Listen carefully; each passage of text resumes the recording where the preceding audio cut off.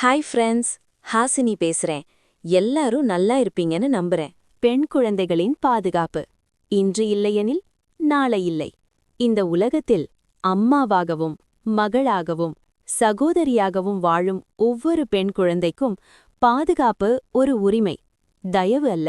ஒரு பெண் குழந்தை பயமில்லாம நடக்கணும், தன்னம்பிக்கையோட பேசணும், தன்னுடைய எல்லையை அவளே தீர்மானிக்கணும். பெண் குழந்தைகள் எதிர்கொள்ளும் ஆபத்துகள்.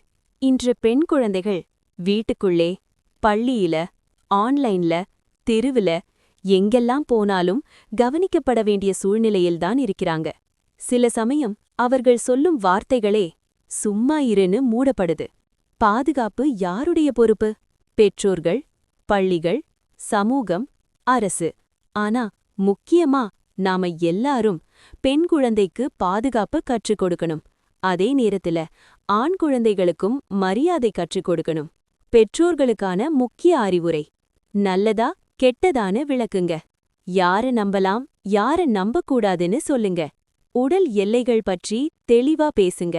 பயமில்லாம பேசுற சூழ்நிலை உருவாக்குங்க. அவள் பேசுறத கேட்காத பெற்றோர் அவள் அமைதியை பார்த்து ஆச்சரியப்படக்கூடாது. ஆன்லைன் பாதுகாப்பு. இன்று மொபைல் ஈக்குவல் டு பள்ளி, மொபைல் ஈக்குவல் டு நண்பன். தெரியாத மெசேஜ் நோ, தெரியாத video call no, personal photo sharing no. ஆன்லைன் உலகத்துல ஒரு கிளிக் கூட வாழ்க்கையை மாற்றும். தன்னம்பிக்கைதான் உண்மையான பாதுகாப்பு. ஒரு பெண் குழந்தை பயத்தோட அல்ல, தன்னம்பிக்கையோட வளரணும். அவளுக்கு சொல்லுங்க, நோ சொல்லற உரிமை உனக்கு இருக்கு. உன் குரல் முக்கியம். உன் உடல் உன்னுடையது. பெண் குழந்தைகள் பாதுகாப்பு ஒரு நாளுக்கான பேச்சு அல்ல, அது ஒரு தலைமுறையை காப்பாற்றும் செயல்.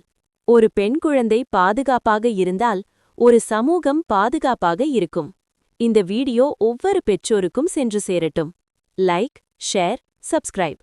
காமெண்ட்ல உங்கள் கருத்தை பகிருங்கள்.